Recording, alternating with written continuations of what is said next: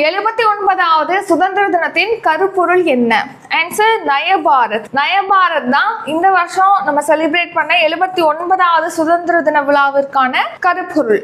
சரி, 79வது சுதந்திர தினத்தை ஒட்டி தில்லியில செங்கோட்டையில பிரதமர் மோடி அவர்கள் தேசிய கொடியேற்றி சுதந்திர தின உரையை ஆற்றியிருப்பாரு, பேசியிருப்பாரு. அதுல என்னென்ன முக்கியமான விஷயங்கள்லாம் அவர் சொல்லியிருக்காருன்னு பார்க்கலாம். ஸோ நம்ம பாத்தீங்கன்னா நம்மளுடைய 100வது சுதந்திர தினமான 2047ஆம் ஆண்டுல நம்ம வளர்ந்த இந்தியாவாக நாடை மாற்றுவதற்கு இலக்கு நிர்ணயிச்சிருக்கோம். அது குறிப்பிடத்தக்கது. ஸோ அதையொட்டி என்னென்ன அறிவிப்புகள்லாம் இந்த சுதந்திர தின விழாவில் பிரதமர் மோடி அவர்கள் அறிவிச்சிருக்காங்க அப்படின்னு சொல்லி பார்க்கலாம். ஃபர்ஸ்ட், மக்கள் தொகை ஆய்வு திட்டம். இப்போ சட்டவிரோதமா நம்ம நாட்டுக்குள்ள ஊடுருவி இங்கே வகுப்புவாதம், மதம், இனம், மொழி இந்த மாதிரியான ஒரு பிரச்சனையை கிரியேட் பண்றாங்க. மக்கள் தொகை ரீதியில ஏற்றத்தாழ்வுகளை அந்த சட்டவிரோதமா நுழைஞ்சவங்க மேற்கொள்றாங்க, ஏற்படுத்துறாங்க. ஸோ இதை தடுக்கிறதுக்காக மக்கள் தொகை ஆய்வு திட்டமானது மேற்கொள்ளப்படும் அப்படின்னு சொல்லி தெரிவிச்சிருக்காங்க. அடுத்து தேசிய ஆழ்கடல் ஆய்வு திட்டம். இப்போ நம்ம பட்ஜெட்ல பாத்தீங்கன்னா ஒரு பெரும் பகுதியை எதுக்கு செலவு பண்றோம்? இந்த பெட்ரோல், கச்சா எண்ணெய் இறக்குமதிக்கு அதிக அளவு நம்ம செலவு பண்ற மாதிரி இருக்கு. அதனால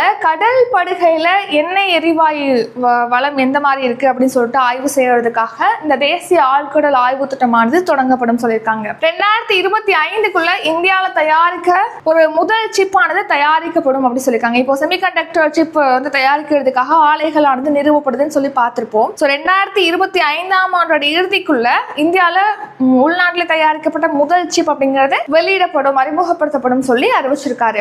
நெக்ஸ்ட், அணுசக்தி 10 மடங்கா இன்க்ரீஸ் பண்றதாகவும் தெரிவிச்சிருக்காங்க. இப்போ புதுசா ஒரு 10 அணு உலை அமைப்பதற்கான பணிகள் நடைபெறுது. இது நிறைவடைஞ்சிச்சு அப்படின்னா 2047ஆம் ஆண்டுக்குள்ள அணுசக்தி திறன்ல 10 மடங்கு அதிகமாகும் அப்படின்னு சொல்லிட்டு தெரிவிச்சிருக்காங்க. நெக்ஸ்ட், சீர்திருத்தங்களை நம்ம இந்தியால பல்வேறு துறைகள்ல சீர்திருத்தங்களை மேற்கொள்வதற்காக பிரத்யேக சீர்திருத்த பணிக்குழுவானது உருவாக்கம் செய்யப்படும் சொல்லியிருக்காங்க.